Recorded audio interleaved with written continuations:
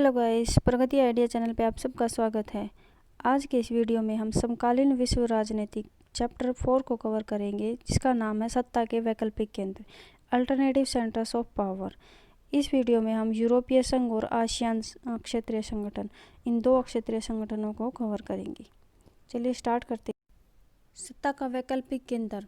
शीत युद्ध के बाद विश्व में कुछ ऐसे संगठन और देशों ने प्रभावशाली रूप से अंतर्राष्ट्रीय राजनीति में महत्वपूर्ण भूमिका का निर्वहन करना प्रारंभ किया, जिसे यह स्पष्ट होने लगा कि यह संगठन और देश अमेरिका की एक ध्रुवीयता के समक्ष विकल्प के रूप में देखे जा सकते हैं। वह हमने अपने लास्ट चैप्टर में पढ़ा था कि विश्व में अमेरिका का वर्चस्व कैसे हुआ, कैसे अमेरिका आर्थिक रूप से, सैनिक रूप से और ढांचागत रूप से अपना वर्चस्व पूरे विश्व में कायम कर गया था।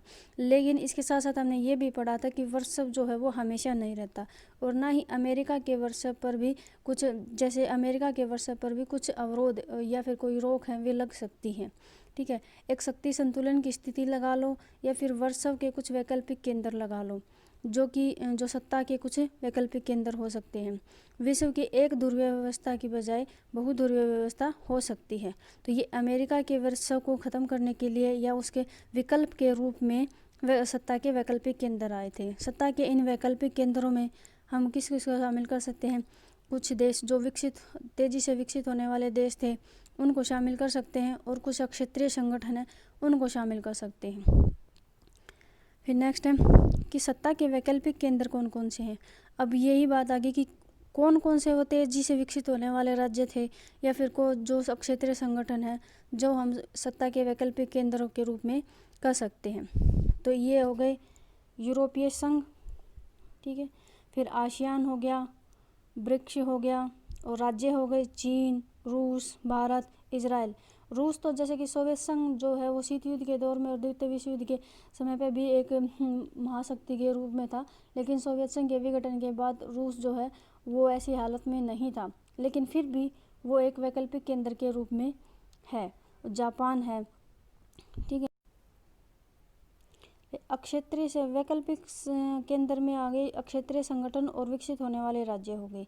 ठीक है, तो हम क्षेत्रीय संगठन के बारे में पता करेंगे। ये हैं यूरोपीय संघ, आसियान, ब्रिक्स। ये क्या है? ये अक्षेत्रीय संगठन है। तो ये क्या है? यह क्षेत्रीय संगठन ऐसे संगठन होते हैं जो कुछ विशेष देशों के लिए कार्य करते हैं, और इसमें शामिल जो देश होते हैं उनकी संख्या कम होती है, और ये सिर्फ उन्हीं के लिए काम करते हैं। जैसे आसियान हो गया, यूरोपियन संघ हो गया, ब्रिक्स हो गया, शार्क हो गया। दूसरा अंतर्राष्ट्रीय संगठन हो जाए। अंतर्राष्ट्रीय संगठन को हम चैप्टर 6 है उसमें कवर करेंगे। क्षेत्रीय संगठन मैं बता चुकी हूँ आपको क्या होते हैं, और अंतर्राष्ट्रीय संगठन क्या होते हैं? वे होते हैं अंतर्राष्ट्रीय स्तर पर काम करते हैं। दुनिया के विभिन्न देश इसमें सदस्य होते हैं। जैसे यूएन हो गया, संयुक्त राष्ट्र संघ, इसमें आज के समय पे 193 देश इसके सदस्य देश हैं। ठीक है, फिर संगठन के उद्देश्य क्या थे? चाहे अंतर्राष्ट्रीय संगठन लगा लो या फिर क्षेत्रीय संगठन लगा लो, इनके उद्देश्य जो हैं वो लगभग सेम ही होते हैं, बस थोड़ा बहुत फ़र्क करना होता है उसमें। ठीक है, तो जो सामान्य उद्देश्य होते हैं वो क्या होते हैं कि अपने इलाके में विवादों को शांतिपूर्ण ढंग से सुलझा लेना, यानी कि जो इसके सदस्य देश होते हैं उनके बीच में जो विवाद होते हैं, राजनीतिक, सांस्कृतिक या फिर आर्थिक जो विवाद होते हैं, उनका निपटारा शांतिपूर्ण ढंग से करना। ठीक है, फिर क्षेत्र के विकास के लिए आर्थिक नीतियाँ बनाते हैं, व्यापार को बढ़ावा देते हैं, मुक्त व्यापार की नीति को चलाते हैं। ठीक है, राजनीति में भी सुधार करने का प्रयत्न करते हैं, और सबसे मेन है मानव जाति के लिए कार्य करते हैं। ठीक है, फिर आ गया हम यूरोपीय संघ को करेंगे। यूरोपीय संघ क्या है? अमेरिका ने यूरोप की अर्थव्यवस्था के पुनर्गठन के लिए बहुत मदद करी थी। इसे मार्शल योजना कहते हैं। अब मार्शल योजना, ये वर्ड आ गया। मार्शल योजना कहते हैं, मार्शल जो थे वो अमेरिकी विदेश मंत्री थे। ठीक है, इसी के नाम पे ये मार्शल योजना बनाई गई थी। ये कब बनाई गई थी? ये 1948 में बनाई गई थी, और इसके अकॉर्डिंग जो अमेरिका है उसने जो पश्चिमी यूरोप के जो देश थे, यानी पश्चिमी यूरोप के देशों को आर्थिक मदद दी थी। ठीक है, उनकी हेल्प की थी उसने, और इसके लिए 1948 में यूरोपीय आर्थिक सहयोग संगठन की स्थापना की गई थी। ठीक है, यूरोपीय आर्थिक सहयोग संगठन की स्थापना की गई थी। ठीक, फिर 1957 में 6 देशों ने मिलकर फ्रांस, पश्चिमी जर्मनी, इटली, बेल्जियम, नीदरलैंड और लग्जमबर्ग, इन 6 देशों ने मिलकर पेरिस संधि, ये रोम संधि नहीं है, पेरिस संधि के माध्यम से यूरोपीय आर्थिक समुदाय EEC और यूरोपीय एटमी ऊर्जा समुदाय का गठन किया था। फिर 1979 में यूरोपीय पार्लियामेंट, जिसको यूरोपीय परिषद भी कहते हैं, उसका गठन किया था। फिर उसके बाद में यूरोपीय आर्थिक समुदाय ने राजनीतिक स्वरूप ले लिया था। ठीक है। फिर फरवरी 1992 में maastricht की संधि हुई थी, जिसके अकॉर्डिंग यूरोपीय संघ का गठन हुआ था। ठीक है। ये कुछ डेट्स हैं जो हमें याद रखनी पड़ेगी। पहली डेट थी 1948 में, जिसमें अमेरिका ने मदद की थी, और वो क्या था, यूरोपीय आर्थिक सहयोग संगठन। ठीक है। फिर 1957 में आया था, 6 देशों ने मिलकर किया था, और उसमें क्या था, यूरोपीय आर्थिक समुदाय और यूरोपीय एटमी ऊर्जा समुदाय का गठन किया था। फिर 1979 में किया था यूरोपीय पार्लियामेंट का, और 1992 में आया था यूरोपीय संघ। ठीक है।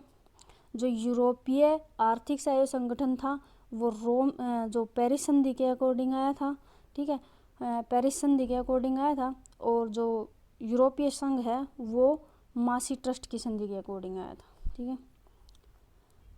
फिर नेक्स्ट है यूरोपीय संघ के गठन के उद्देश्य। तो इसके उद्देश्य, सामान्य उद्देश्य हम बता चुके हैं कि संगठन के सामान्य उद्देश्य क्या होते हैं। अब ये यूरोपीय संघ के जो गठन के उद्देश्य थे वो क्या क्या थे। एक तो था कि एक समान विदेश और सुरक्षा नीति, यानी कि यूरोपीय संघ के जो सदस्य थे उस क्षेत्र में जितने भी देश थे उनकी एक समान तो विदेश नीति होगी, और उनकी सुरक्षा नीति भी समान रूप से होगी। तो मतलब उनमें कोई हस्तक्षेप की नीति भी नहीं थी। ठीक है।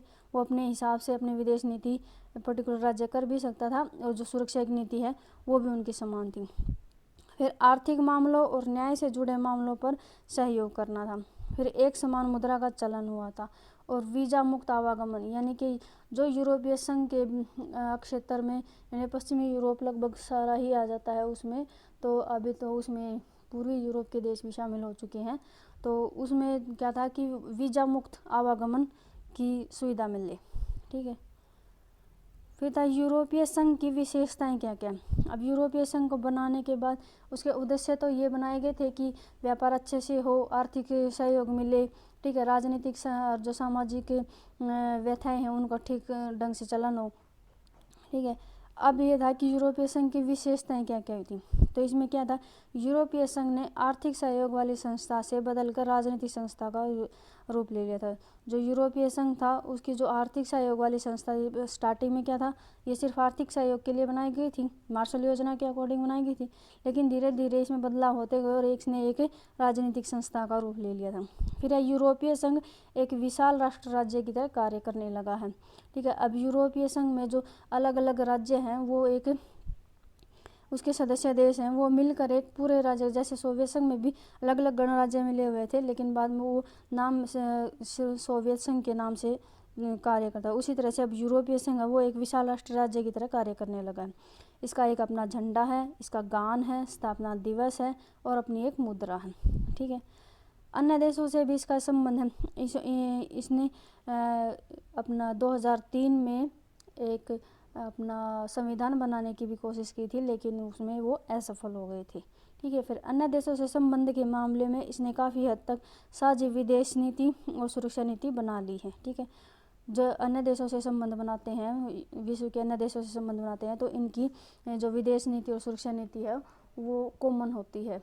ठीक है। सबकी एक जैसी होती। यूरोपीय संघ का झंडा है वो कैसा है, 12 सोने के सितारे लगे हुए हैं घेरे के, और रूप में वहाँ के लोगों की पूर्णता, समग्रता, एकता और मेल मिलाप का प्रतीक है। ठीक है। यह है यूरोपीय संघ का झंडा, जिसमें 12 सितारे लगे हुए हैं, और ये जो स्टार हैं ये गोल्ड के कलर के हैं। ठीक है। और फिर नेक्स्ट है, ये दिखा रखा है कि यूरोपीय संघ का मानचित्र। इसमें क्या दिखा रखे हैं, इसमें जो यूरोपीय संघ के पहले के पुराने सदस्य दिखा रखे हैं ये सारे। ठीक है।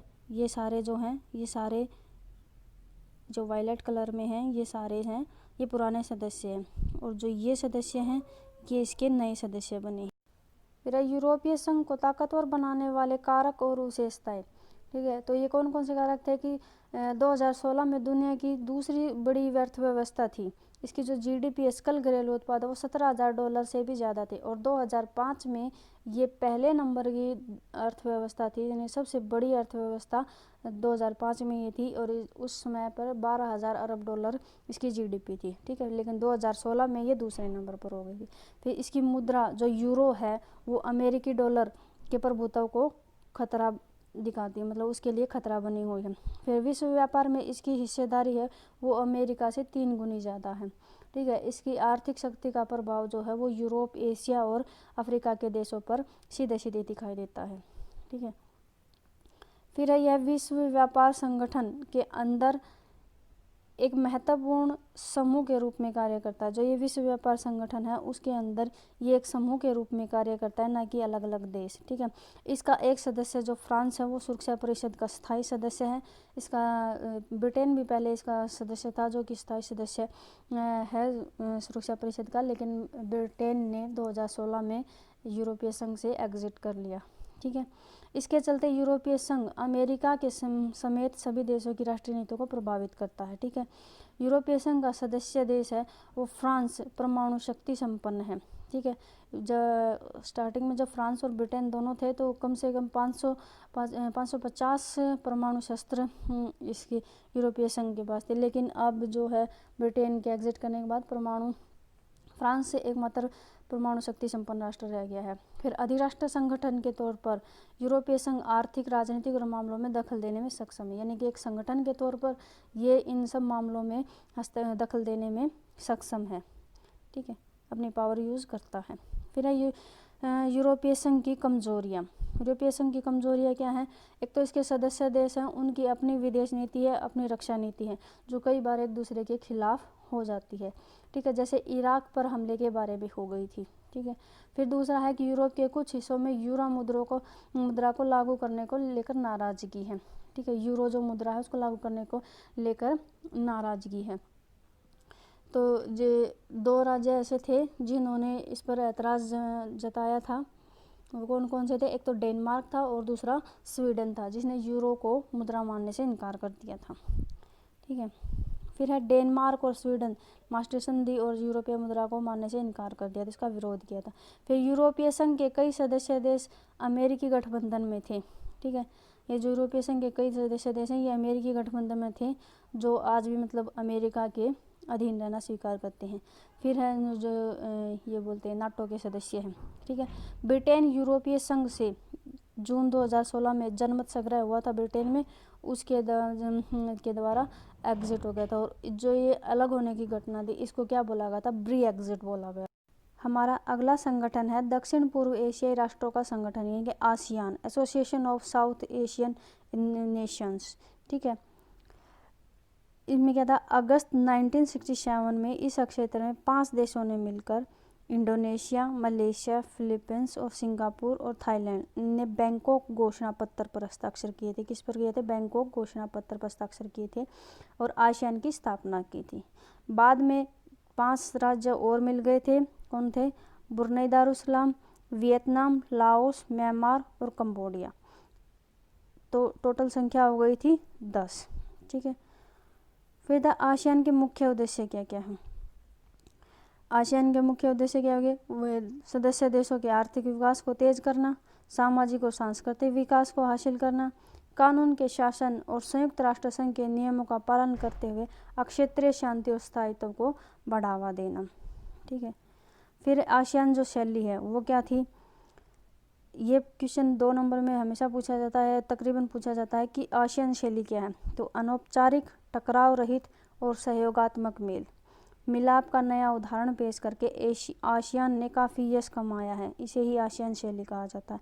यानी कि इसमें क्या था कि आपस के राज्यों के बीच में कोई टकराव, कोई भी विवाद होता था उसका शांतिपूर्ण ढंग से और अनौपचारिक तरीके से, सहयोगपूर्वक तरीके से उसका समाधान किया जाता था, ठीक है। युद्ध की स्थिति तक नहीं पहुंचने दिया जाता था, ठीक है। इस आसियान के प्रमुख स्तंभ कौन कौन से हो गए? इसके 3 मुख्य स्तंभ हो गए। आसियान सुरक्षा समुदाय, आसियान आर्थिक समुदाय, आसियान सांस्कृतिक समुदाय, ठीक है। अब इनके ये क्या क्या कार्य करते थे वो है। जो आसियान सुरक्षा समुदाय है वो अक्षेत्रीय विवादों को सैनिक टकराव तक न ले जाने के लिए सहमति पर आधारित है। फिर आसियान आर्थिक समुदाय है, वो उसका उद्देश्य आसियान जो देशों है उनका साझा बाजार और उत्पादन आधार तैयार करना है, इस क्षेत्र के सामाजिक और आर्थिक विकास में मदद करना है। ठीक है। फिर है आसियान सामाजिक सांस्कृतिक समुदाय का उद्देश्य क्या है, आसियान देशों के बीच टकराव की जगह और बातचीत और सहयोग को बढ़ावा दिया जाए, यानी कि आसियान देशों के बीच में जो टकराव उसकी स्थिति को कम करके बातचीत और सहयोग को बढ़ावा दिया जाए। ठीक है। ये आसियान सामाजिक सांस्कृतिक समुदाय जो है, सामाजिक संस्कार समुदाय, ये विश्व को भी एक मंच प्रदान करता है आपसी बातचीत और सहयोग के लिए। ठीक है। फिर है आसियान अक्षेत्रीय मंच, देखिए ये भी आ गया आसियान अक्षेत्रीय मंच। इसकी स्थापना कब हुई थी, 1994 में हुई थी। आसियान अक्षेत्रीय मंच की स्थापना की गई थी, जिसका उद्देश्य था कि देशों की सुरक्षा और विदेश नीतियों में तालमेल बनाना। ठीक है। उनकी जो सुरक्षा है और विदेश नीति है उनके बीच में सामंजस्य बैठे। आसियान की उपयोगिता या प्रासंगिकता, आसियान की उपयोगिता क्या है या फिर उसकी प्रासंगिकता की ये होना चाहिए या नहीं होना चाहिए, ये इसके फ़ायदे नुकसान क्या है वो बताएंगे। तो आसियान की मौजूदा आर्थिक शक्ति खासतौर से भारत और चीन जैसे देश जो तेज़ी से विकसित होने वाले हैं एशियाई देशों के साथ व्यापार और निवेश के मामले में प्रदर्शित होती है। ठीक है।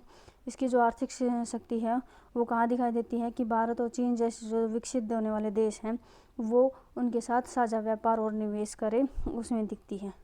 ठीक है। फिर आसियान ने निवेश, श्रम और सेवाओं के मामले में मुक्त व्यापार क्षेत्र को अपनाया है। ठीक है। फिर अमेरिका और चीन ने भी मुक्त व्यापार क्षेत्र बनाने में रुचि दिखाई। 1991 के बाद भारत ने भी पूर्व देखो की नीति अपनाई थी और 2014 में एक्ट ईस्ट की पॉलिसी अपनाई थी। 1991 के बाद लुक ईस्ट की नीति थी और 2014 के बाद एक्ट ईस्ट की नीति अपनाई थी।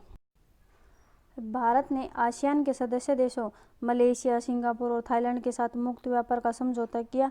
अब भारत ने 2010 से भारत आसियान मुक्त व्यापार नीति लागू की। आसियान की असली ताकत जो है वो उसके सदस्य देशों, सहभागी सदस्यों और गैर क्षेत्रीय संगठनों के बीच निरंतर संवाद और परामर्श करने की नीति है। ये जो संगठन है ये एक एशिया का एकमात्र ऐसा संगठन है जो एशियाई देशों और विश्व शक्तियों को राजनीतिक और सुरक्षा मामलों पर चर्चा करने के लिए एक मंच उपलब्ध कराता है। ठीक है। इन लास्ट आपको एक क्वेश्चन का आंसर देना है। ब्रिटेन के एग्जिट करने के बाद यूरोपीय संघ में अब कुल कितने सदस्य संख्या है। ठीक है। आसियान की सदस्य संख्या मैंने बता दी थी, ब्रिटेन की सदस्य संख्या आपको बतानी है और कमेंट बॉक्स में इसका आंसर देना।